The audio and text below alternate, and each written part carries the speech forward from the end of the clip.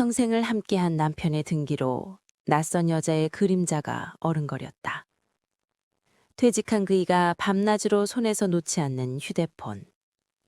그 잠긴 화면 너머에 무엇이 있기에 40년 넘게 쌓아온 우리의 세월이 이토록 허망하게 흔들리는 걸까? 차라리 모르는 편이 나았을까? 이 비밀을 파헤친 순간 나는 알았다. 때로는 진실이 거짓보다 더 잔인하고 사랑이 배신보다 더 아프다는 것을. 이것은 한 여자가 남편의 잠긴 휴대폰을 열고 마주한 지독한 사랑과 가여운 진실에 대한 이야기다. 오늘 이야기는 어쩌면 바로 당신의 이야기일지도 모릅니다. 저희 이야기가 마음에 와닿으신다면 구독과 좋아요 잊지 마시고 지금부터 박순자 여사의 시선으로 그 아슬아슬한 하루 속으로 함께 들어가 보겠습니다. 그이가 퇴직하고 집에 눌러 앉은 지 딱 1년 하고도 석 달이 지났다. 처음 몇 달은 좋았다. 평생 새벽밥 먹여 내보내기 바빴는데 이제는 느지막이 일어나 함께 겸상하는 아침이 어색하면서도 퍽 살가웠다. 동네 뒷산에도 오르고 장날 구경도 가고 읍내에 새로 생긴 국밥집도 찾아다녔다. 잃어버렸던 신혼 시절의 한 페이지를 뒤늦게 찾아 넘기는 기분이었다. 하지만 그 시간은 길지 않았다. 마치 오래된 벽시계의 태엽이 다 풀린 것처럼 남편은 거실 소파 귀퉁이에 제 몸을 박아놓고는 좀처럼 움직이지 않았다. 그리고 그의 손에는 언제나 그것, 스마트폰이 들려 있었다. 처음엔 그저 소일거리려니 했다. 고스톱 게임이라도 하는가 싶었고 옛 친구들과 단체 대화방이라도 만들어 시시덕거리는가 싶었다. 그럴 때마다 나는 일부러 더 부산을 떨었다. 걸레를 빨아다 널고 볕 좋은 날엔 이불을 뒤집고 멸치 똥을 따고 마늘을 빻았다. 집안일을 평생 손 하나 까딱 안 턴 양반이니 내가 이렇게 움직여야 이 집이 굴러간다는 걸 보라는 심수도 조금은 섞여 있었다. 하지만 남편은 내 부지런함에도 내가 일부러 내는 그릇 소리에도 아랑곳하지 않았다. 오직 네모난 불빛이 새어나오는 그 작은 기계에 온 신경을 빼앗길 사람처럼 보였다. 이상한 김새를 느낀 것은 그날부터였다. 저녁상을 차려놓고 여보 식사하세요 부르는데 대답이 없었다. 소파 쪽을 보니 어깨를 움츠린 채 화면을 들여다보는 남편의 옆모습이 보였다. 인기척을 느꼈는지 화들짝 놀라며 휴대폰 화면을 허벅지 아래로 급히 숨기는 게 아닌가. 그 찰나의 움직임이 내 가심에 찬물을 확 끼얹었다. 저건 게임을 하거나 뉴스를 보는 사람의 몸짓이 아니었다. 무언가 들켜서는 안 될 것을 감추는 자의 당환한 기색이 역력했다. 차분하게. 뭘 그렇게 열심히 봐요? 애써 태연한 척 물으며 밥그릇을 상위에 놓았다. 남편은 헛기침을 두어 번 하더니 대수롭지 않다는 듯 말했다. 아니, 그냥 이것저것. 그의 목소리는 평소보다 한 톤 높았고 눈은 내 눈을 똑바로 마주치지 못하고 식탁 위 반찬 그릇들 사이를 허둥지둥 헤맸다. 그날 이후 남편의 휴대폰은 언제나 화면이 아래를 향하도록 엎어져 있거나 그의 손안에 단단히 파묻혀 있었다. 내가 옆을 지나갈 때면 슬쩍 몸을 돌려 화면을 가리는 일이 잦아졌다. 잠자리에 들 때도 머리맡에 고이 모셔두고 심지어 화장실에 갈 때조차 손에 쥐고 들어갔다. 꼭 어린애가 제 보물단지를 빼앗길세라 전전긍긍하는 모양새였다. 의심은 꼬리에 꼬리를 물고 자라나기 시작했다. 밤중에 잠이 깨 옆을 보면 남편은 자리에 없었다.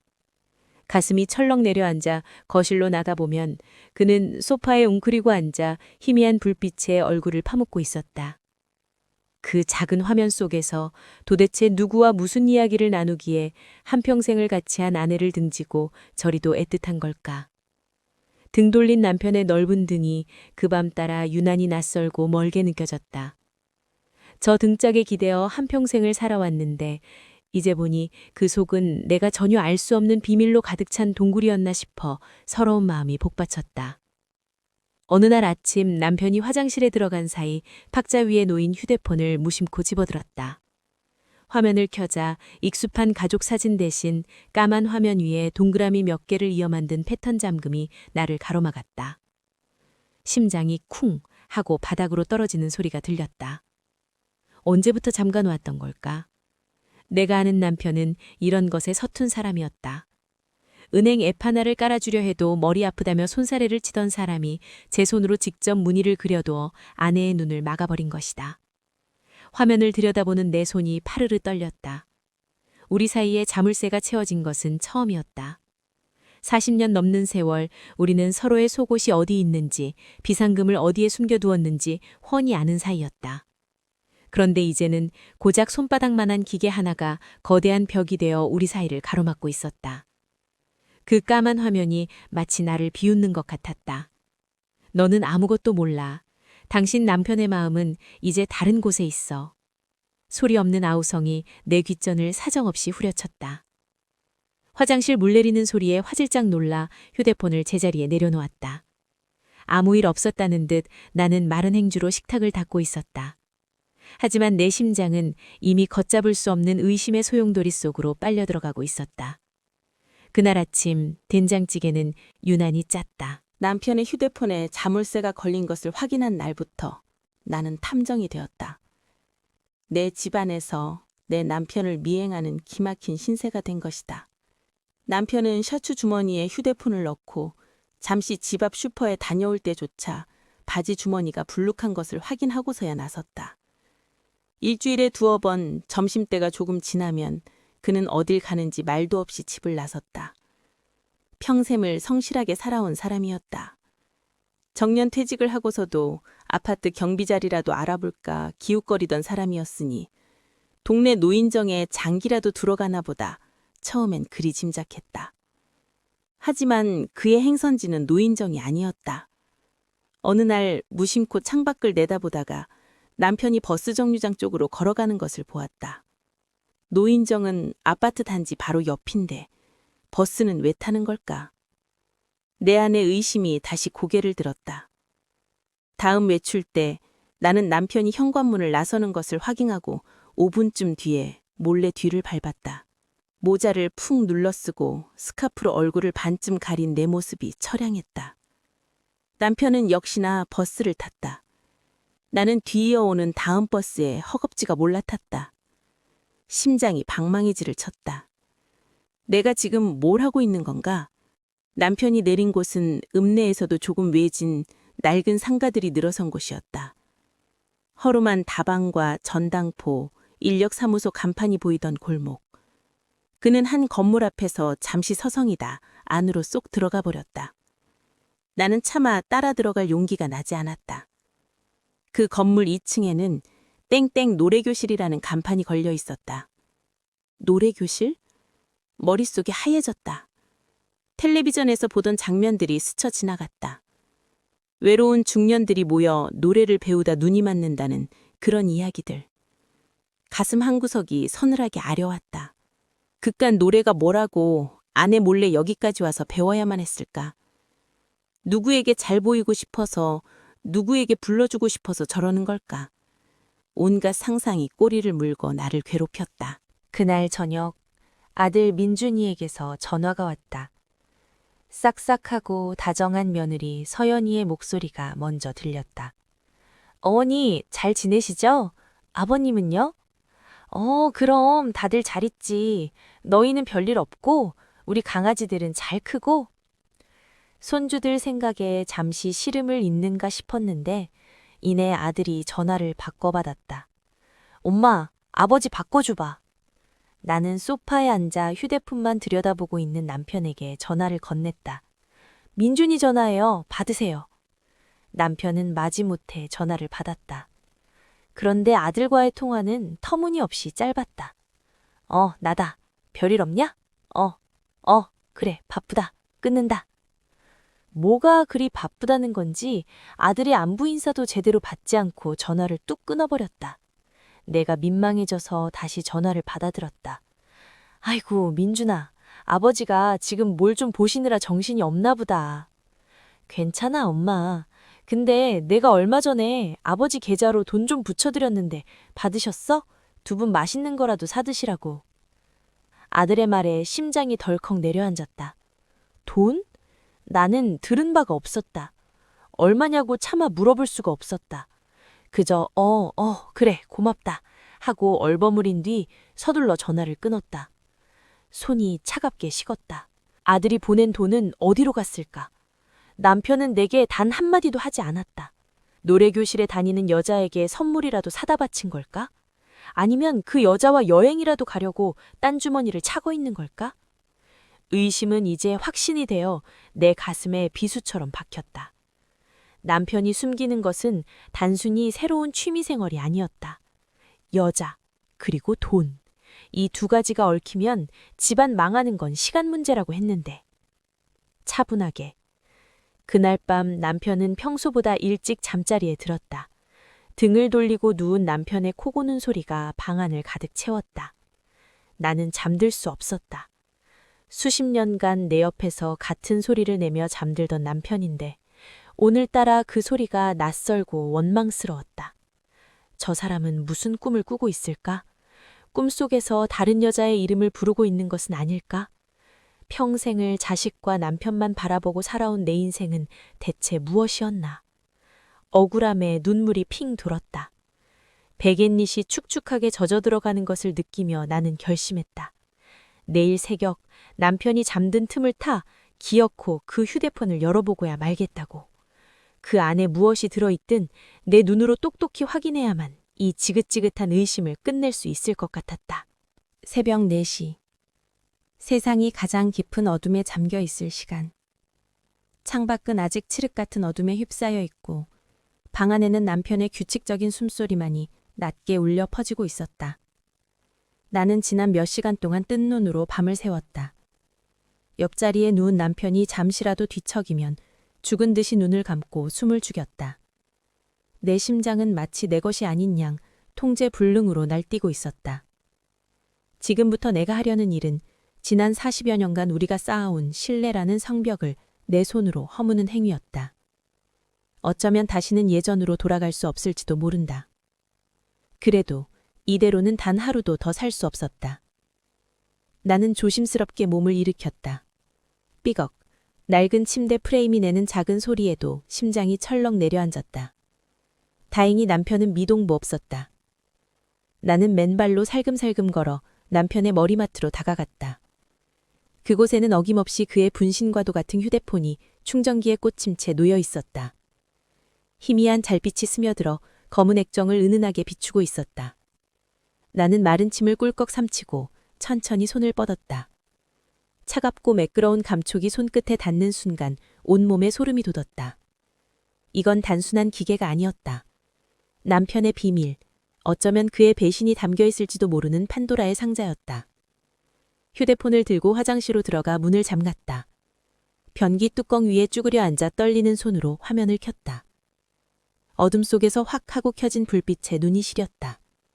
그리고 어김없이 나를 가로막는 패턴 잠금 화면이 나타났다. 심호흡을 한번 하고 기억을 더듬기 시작했다. 남편이 무심코 잠금을 풀던 모습을 어깨너머로 몇 번 엿본 적이 있었다. 기억이 가물가물했다. 몇 번의 시도가 실패로 돌아가자 30초 후에 다시 시도하라는 차가운 경고 문구가 떴다. 초조한의 손바닥에서 식은땀이 났다. 포기해야 하나? 이쯤에서 멈춰야 하는 걸까? 하지만 이미 강을 건넜다. 차분하게 나는 눈을 감고 남편의 손가락 움직임을 머릿속으로 그려보았다. 그는 항상 단순한 것을 좋아했다. 복잡한 것은 질색이었다. 그렇다면 혹시? 반신반의하며 손가락을 움직였다. 드르륵 하는 가벼운 진동과 함께 잠금이 풀렸다. 허무할 정도로 간단했다. 마치 내 의심도 이처럼 간단한 것이기를 바라는 마음이 들었다. 화면이 열리자마자 수많은 앱 아이콘들이 눈에 들어왔다. 어디부터 봐야 할지 막막했다. 사진첩? 아니면 통화 기록?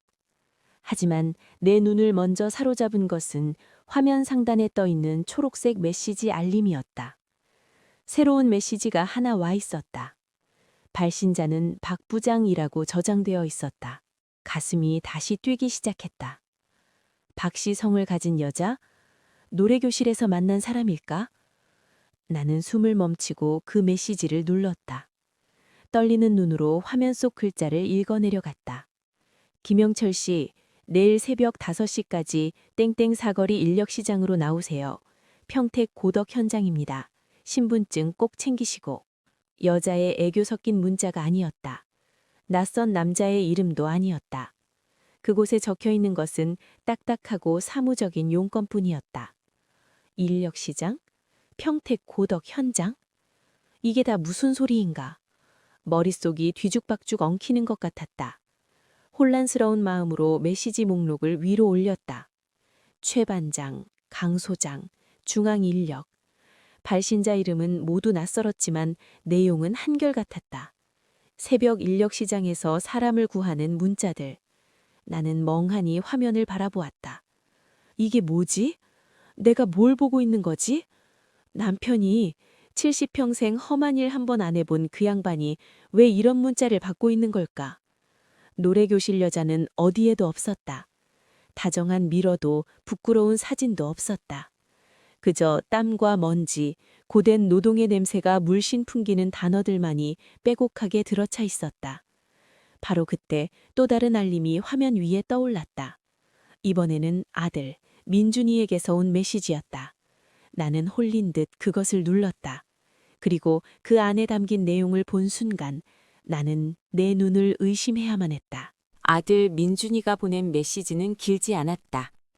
하지만 그 몇 줄의 문장은 내 오장육부를 후벼파고 40년 세월을 송두리째 흔들어 놓기에 충분했다.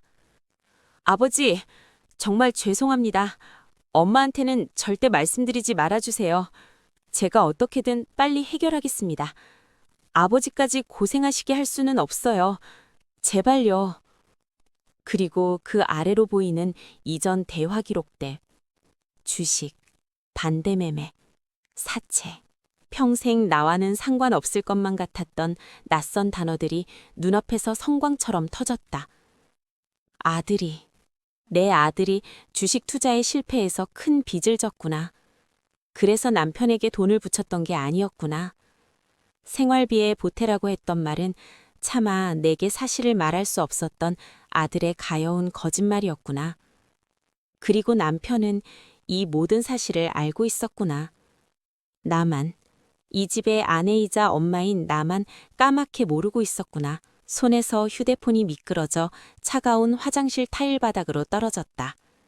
쨍 하는 소리 대신 둔탁한 소리가 났다. 나는 소리내어 울 수도 없었다. 입을 틀어막았다. 비명 대신 끄끄거리는 신음이 새어나왔다. 온몸이 사시나무처럼 떨렸다. 남편의 모든 행동이 퍼즐 조각처럼 맞춰지기 시작했다. 퇴직 후에도 쉬지 못하고 불안해하던 얼굴, 나 몰래 집을 나서던 이유, 아들의 전화를 황급히 끊어버리던 무심함, 그리고 아들이 보낸 돈의 행방까지.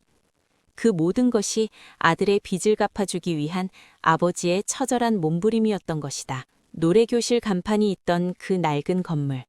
그 건물 1층에는 분명 인력사무소라는 간판도 있었다. 남편은 노래를 배우러 간 것이 아니었다. 70 넘은 나이에 평생 편대만 잡고 살아온 양반이 거친 노동판에 제 몸을 던지기 위해 그곳을 드나들었던 것이다. 젊은 사람들도 버티기 힘들다는 건설 현장에 나가기 위해, 아들의 짐을 대신 짊어지기 위해, 그리고 그 모든 것을 아내인 내게는 차마 알릴 수 없어서 그저 휴대폰 속에 모든 비밀과 고뇌를 가두고 굳게 잠가버렸던 것이다. 차라리 바람이었더라면, 정말 다른 여자가 있었더라면 나는 머리채를 잡고 싸우고 소리 지르며 원망하고 실컷 울고불고 욕이라도 할 수 있었을 것이다. 배신감에 몸부림치다가도 세월이 지나면 용서하거나 아니면 갈라서거나 어떤 식으로든 매듭을 지을 수 있었을 것이다. 하지만 이것은 그런 종류의 고통이 아니었다. 이것은 사랑이었다. 너무나 지독하고 아픈 나를 철저하게 소외시킨 남편과 아들만의 사랑이었다. 나를 보호한다는 명목 아래 나를 가장 연약하고 무력한 존재로 만들어버린 그들의 침묵이었다. 나는 바닥에 주저앉아 무릎에 얼굴을 묻었다. 눈물이 쏟아졌다. 남편에 대한 원망보다 그를 의심했던 나 자신에 대한 혐오감과 미안함이 더 컸다. 그의 주름진 얼굴, 약해진 허리, 밤마다 앓던 어깨 통증이 떠올랐다. 그런 몸으로 대체 무슨 일을 하겠다는 것인지, 행여나 현장에 다치기라도 하면 어쩌려고. 아들의 잘못을 왜 당신이 다 짊어지려 하는 것인지, 왜 내게는 한마디 상의도 없이 혼자서 그 무거운 짐을 지려 하는 것인지. 수많은 질문들이 머릿속을 맴돌았지만 답은 이미 알고 있었다. 그것이 평생을 가장으로 살아온 김영철이라는 남자의 방식이었다. 무뚝뚝하고 표현에 서툴지만 언제나 가족을 위해 묵묵히 자신을 희생해 온 사람. 그는 아내에게 걱정을 끼치고 싶지 않았을 것이다. 늙은 아내가 아들의 빚 문제로 속을 끓이고 잠 못 이룰까봐 차라리 자신이 모든 것을 짊어지는 편이 낫다고 생각했을 것이다. 그 깊은 속내를 헤아리자 가슴이 미어지는 것 같았다. 이것은 배신이 아니었다. 내가 감당하기에는 너무나 무겁고 잔인한 남편의 사랑이었다. 나는 그 잔인한 진실 앞에서 속수무책으로 무너져 내렸다. 화장실 바닥에 얼마나 오래 주저앉아 있었는지 모른다. 동쪽 창문으로 희미한 여명이 스며들 때쯤 나는 비틀거리며 일어섰다. 바닥에 떨어져 있던 남편의 휴대폰을 주워들었다. 화면을 깨끗이 닫고 충전 케이블을 다시 꽂아 원래 있던 자리에 조심스럽게 내려놓았다. 아무 일도 없었던 것처럼. 나는 이제 이 집에서 유일하게 모든 진실을 아는 사람이 되었지만 동시에 아무것도 모르는 사람처럼 행동해야만 했다. 그것이 내가 남편의 마지막 자존심을 지켜주는 유일한 방법이라는 것을 깨달았기 때문이다. 그날 아침 나는 평소보다 일찍 부엌에 섰다. 쌀을 씻어 밥을 안치고 냉장고에서 남편이 좋아하는 소고기 뭇국거리를 꺼냈다. 푹 무른 무와 부드러운 고기가 입안에서 살살 녹도록 다른 날보다 2배는 더 오래 끓였다. 계란말이도 부치고 짝조름한 조기 2마리도 노릇하게 구웠다. 음식을 하는 내내 나는 아무 생각도 하지 않으려 애썼다. 그저 손을 부지런히 놀릴 뿐이었다. 하지만 자꾸만 눈앞이 흐려져 몇 번이나 간을 잘못 볼 뻔했다. 남편은 평소와 같은 시간에 일어났다. 밤새 무슨 일이 있었는지 전혀 모르는 얼굴로 세수를 하고 식탁에 앉았다. 푸짐하게 차려진 아침상을 보고 조금 놀란 눈치였다. 웬일이야? 아침부터 진수성찬이네. 누구 생일인가? 나는 애써 웃으며 대답했다.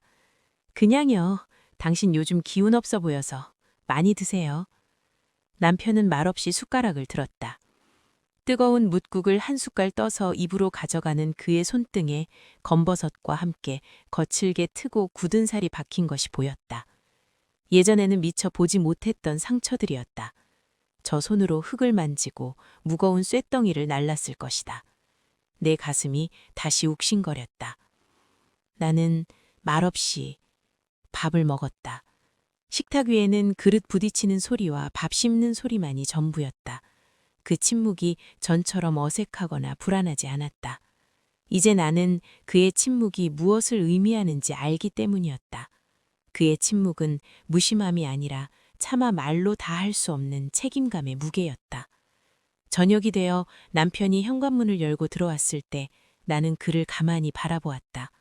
옷에서는 낯선 흙먼지 냄새가 났고 깊게 팬 주름 사이로 고단함이 역역했다. 그는 내 시선을 피하며 중얼거렸다. 오랜만에 옛날 친구 만나서 막걸리 한잔 했어. 거짓말. 나는 모든 것을 알았지만 그저 고개를 끄덕였다. 그래요? 잘했어요. 피곤할 텐데 어서 씻고 저녁 드세요. 나는 따뜻한 밥과 국을 그의 앞에 놓아주었다. 남편은 허겁지겁 밥을 먹었다. 그 모습을 보니 또다시 목이 메었다. 차분하게. 남편의 잠긴 휴대폰은 더 이상 의심과 배신의 상징이 아니었다. 그것은 한 남자가 가족을 지키기 위해 쌓아 올린 누구에게도 들키고 싶지 않은 가여운 성체였다. 나는 그 성을 억지로 허무는 대신 그 성벽 밖에서 조용히 그를 지켜주기로 마음먹었다. 밥을 다 먹고 소파에 앉아 텔레비전을 보는 남편의 등 뒤로 다가갔다. 그리고 그의 축 처진 어깨 위에 조용히 내 손을 얹었다. 남편의 어깨가 작게 움찔했다. 어깨 좀 주물러 드릴게요. 오늘 피곤했죠? 남편은 대답 대신 됐어 라고 퉁명스럽게 말하면서도 내 손을 뿌리치지는 않았다. 나는 그의 딱딱하게 뭉친 어깨 근육을 조심스럽게 주무르기 시작했다. 이 어깨에 얼마나 무거운 짐이 올려져 있는 걸까? 이 지독한 사랑의 무게를, 이 가혹한 책임감을 나는 어떻게 함께 나누어져야 하는 걸까? 내 손길이 닿은 그의 어깨에서 나는 평생을 함께한 남편의 고단한 삶과 말하지 못한 사랑의 온기를 동시에 느끼고 있었다. 이제부터는 나도 이 침묵의 공범이 되어야 한다. 그리고 우리는 어쩌면 이 침묵 속에서 더 단단하게 서로를 보듬으며 남은 세월을 함께 건너가게 될 것이다.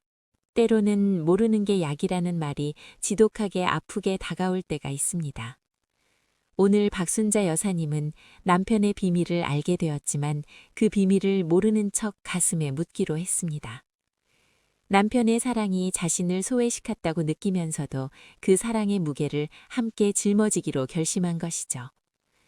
어쩌면 우리네 부모님들, 그리고 우리 부부들의 삶도 이와 같지 않을까요? 말하지 않아도 서로의 고단함을 알아주고 굳이 들추지 않고 조용히 어깨를 내어주는 것. 그것이 수십 년 세월을 함께 살아온 부부만의 방식일지도 모르겠습니다. 여러분이라면 이런 상황에서 어떻게 하셨을 것 같나요?